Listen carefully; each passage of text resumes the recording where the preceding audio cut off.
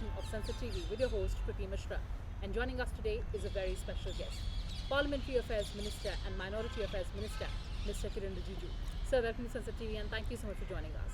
My pleasure. So let's begin talking about the winter session of Parliament 2024, which is scheduled to begin from 25th of November and conclude on 20th of December. Tell us about the priorities of the government and the preparations. Well, this coming winter session of the Parliament is going to be very important, as in the past we have seen winter session is in a very nice weather condition. People are quite enthusiastic about the session. So winter session is always interesting.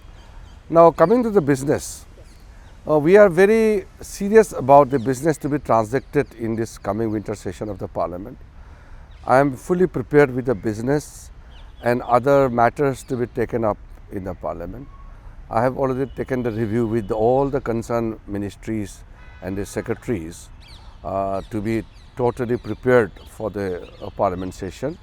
You know very well we have important bills to be transacted, but beyond that the normal question answers, important discussions, notices, special mentions, all matters to be discussed in the Parliament. The government is fully prepared and we are ready. The only thing which I would like to say in the very beginning is I expect the opposition parties to play a very constructive role, because the Parliament belongs to all the members. Government brings the business and the opposition takes part in the discussions and the debates. So I am looking forward to have a very constructive participation from all the members. So also on 26th of November, members of Parliament will celebrate 75 years of adoption of Indian Constitution in the Central Hall of Samvaad Sadan. Tell us more about that. Yes, it is a very important as well as very emotional moment for all of us when the Constitution of India was adopted on 26th of November 1949 in the Central Hall of the Parliament, which is known as Samvaad Sadan now. So the Parliament starts on 25th November and 26th November we are going to have a combined sitting in the Samvaad Sadan to celebrate the 75th years of the adoption of the Constitution of India.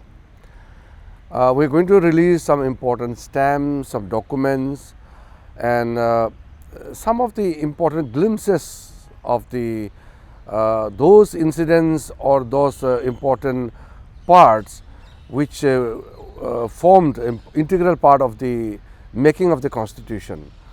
So the Ministry of Law and Justice has been tasked with preparation of the documents and the important incidents which had happened during the drafting of the Constitution. And you know, there are so many incidents which were not brought into the public domain. So under the leadership of Dr. B.R. Ambedkar, the drafting committee had done a commendable job by giving us this fantastic Constitution, which is normally, we say that it is the best Constitution in the world. And during the debates in the Constituent Assembly, many important matters were thoroughly discussed and debated, which people of the country do not know. Most of the people are not aware of some of the important incidents which took place during the Constituent Assembly debates. I hope we would be able to bring out some of the important portions of those incidents and epochs. At the same time, it is time for us to reflect why the Constitution of India is a guiding light for every member, every citizen of our country, and how and in what way the Constitution has ensured that the democracy in India flourishes. The democracy in India is now talked about globally, because as a democratic country, nobody comes close to us. We are the largest democracy, most vibrant democracy. Our systems are functioning very well, despite some people may try to criticize, to bring down, but the fact is our judiciary is robust, Our parliament is extremely vibrant. All the constitutional functionaries are performing their job. Election Commission is conducting record after record elections. All those bodies which are being tasked to perform for particular thing, they have given results. So I feel it is a success story which the world is admitting and admiring. So we have to celebrate that moment with the success which we have seen over the last 75 years. Constitution of India is such a document that for us, the members of the parliament, and for that matter every Indian, it's like our religious book.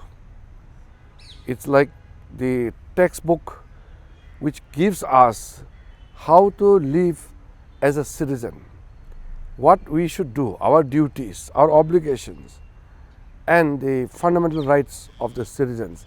Everything is enshrined in the Constitution of India. So we are going to celebrate the Constitution Day in a befitting manner. And Kriti, you know very well, till 2014, there was no Constitution Day celebration. Prime Minister Narendra Modi had started the celebration of the Constitution Day from 2015. So 2015 onwards, 26th of November we have been celebrating, and now it is widely celebrated across the country from judiciary, executive, legislature and all the functionaries. So Honorable Rashtrapati ji will be there. Honorable Rashtrapati along with Vice President, Honorable Prime Minister, everybody will be there, we will be there. So I am looking forward to celebrate and to understand how as a nation we have come this far successfully. So it's a moment to feel proud as an Indian. So Constitution Day is not merely observing an event, but it is also a celebration of the success of India as a nation. Well, absolutely, sir. You're also a very keen reader. You have followed Constitution since a very long time. A lot of countries that gained independence along with India, our Constitution has stood the test of time. What are the distinctive features, according to you, in our Constitution which make it absolutely unique? The core value of the Constitution of India is its preamble, and the way in which our Constitution has been framed is very different from the constitutions which I have seen in the neighboring countries, and those countries which also got independence around the same time in 50s and 60s. But if you see, most of the countries had to pass through crisis. And I don't want to name any country, many countries in our neighborhood also. They failed miserably. In fact, in some of the cases, the Constitution itself has been hijacked by powerful groups and lobbies. In India, it cannot be. There may be instances in India, some people made attempt to hijack the Constitution of India, but it could not. The Constitution has been done in such a way that it cannot be tinkered around with. And if you see the Kesavananda Bharati judgment, it has already been clearly laid down by the Supreme Court of India that the basic structure of the Constitution of India cannot be altered, and the features of the Constitution cannot be played around with. So we are a country based on the rule of law, guided by the principles of the Constitution. So we are a successful country in a sense. The Constitution of India is made in such a way that it has guided us in a appropriate and proper manner. And the Constitution which some of the countries had adopted are not as solid as our Constitution. So I feel so proud that India has got such a beautiful, fantastic, wonderful constitution gifted by the architect of the Constitution of India, Dr. Babasaheb Bhimrao Ambedkar and his team. And I also would like to pay my tribute to all the members of the Constituent Assembly, especially the women members in the Constituent Assembly. There were 15 members, and the 15 women members also made very valuable contributions in making of the Constitution.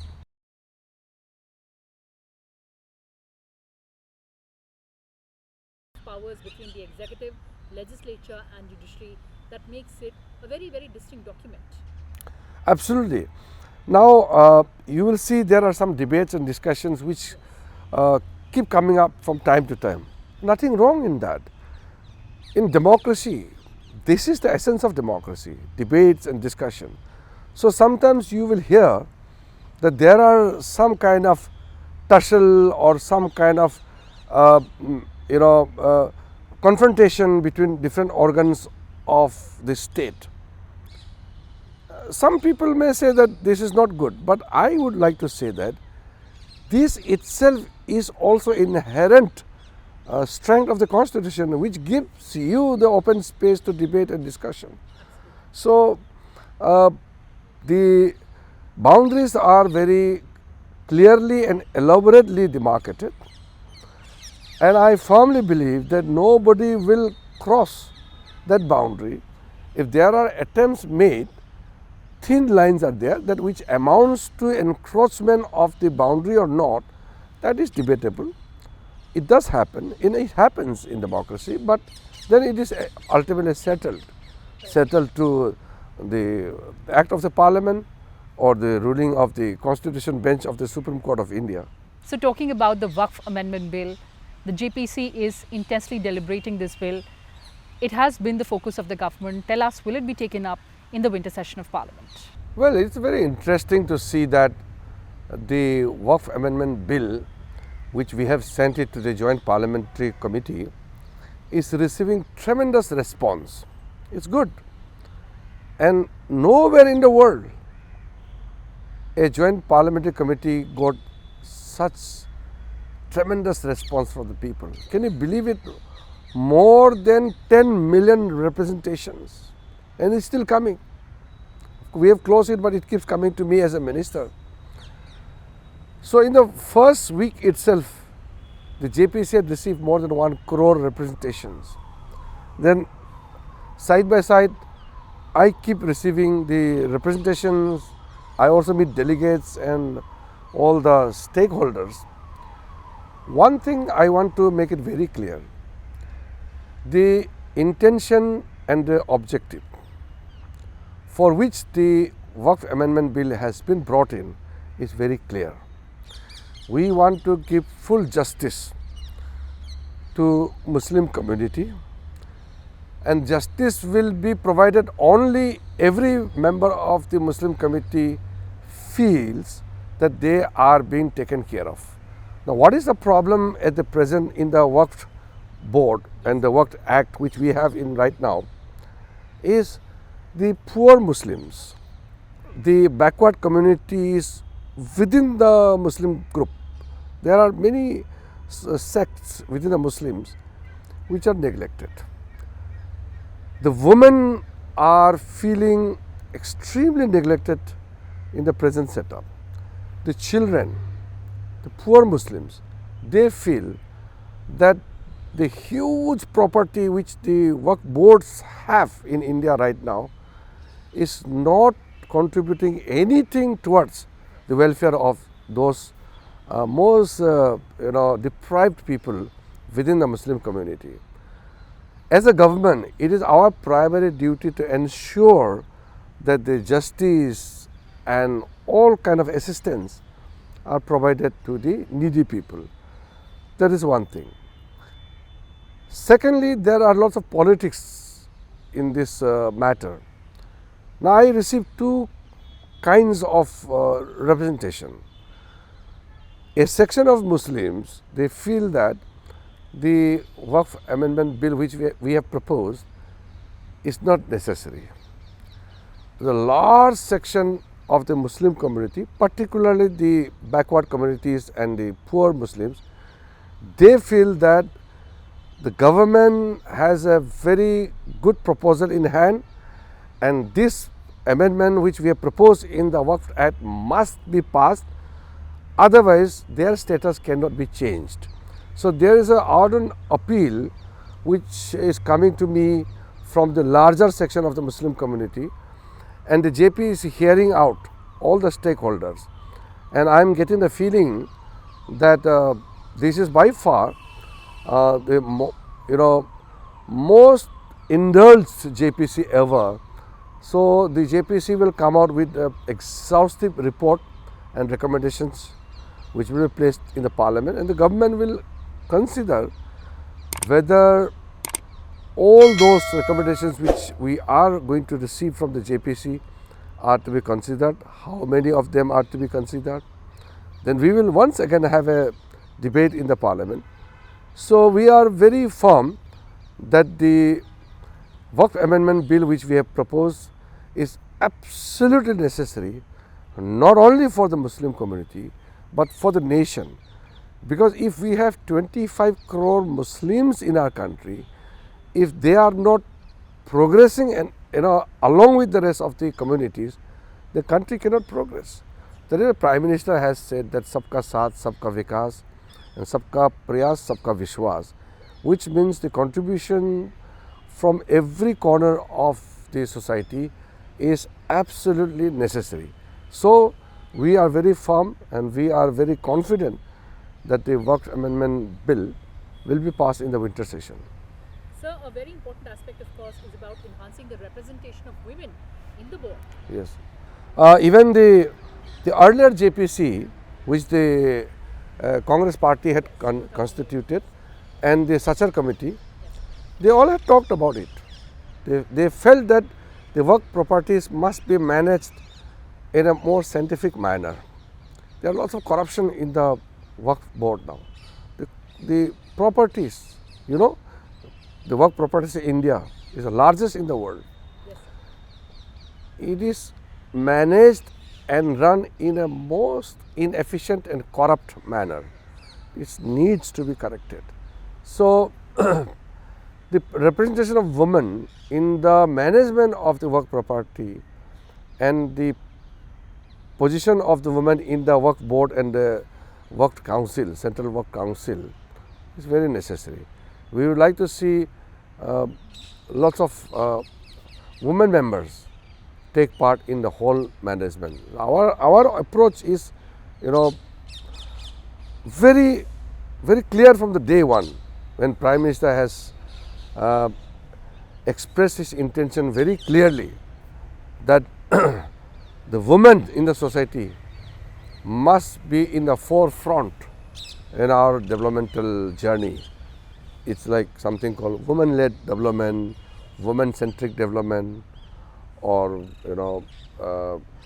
women-preferred groups.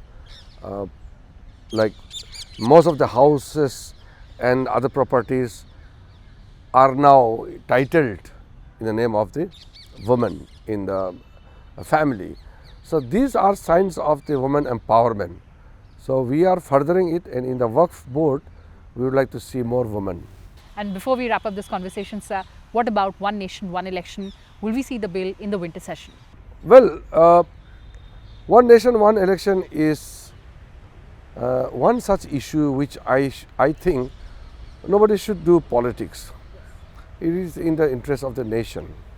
And the committee headed by the former President Ramnath Kovindji had already submitted, and it has given an exhaustive recommendation.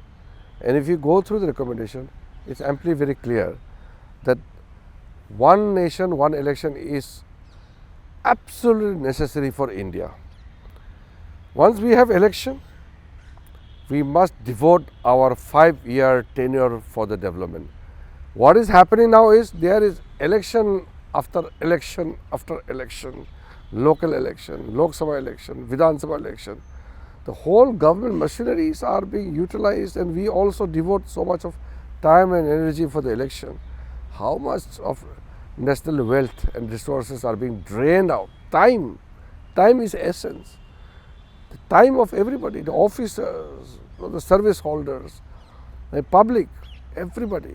We are so much, involved in the whole electoral process. Almost every 3 months there is election in India.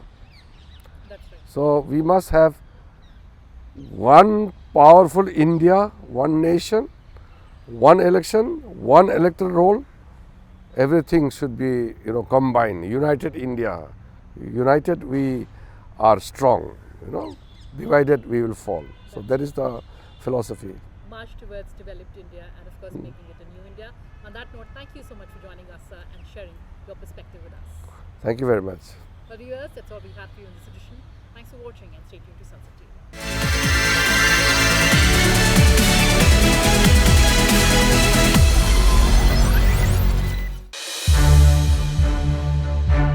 To watch more programs of Sansad TV, subscribe to our YouTube channel and don't forget to like and share them.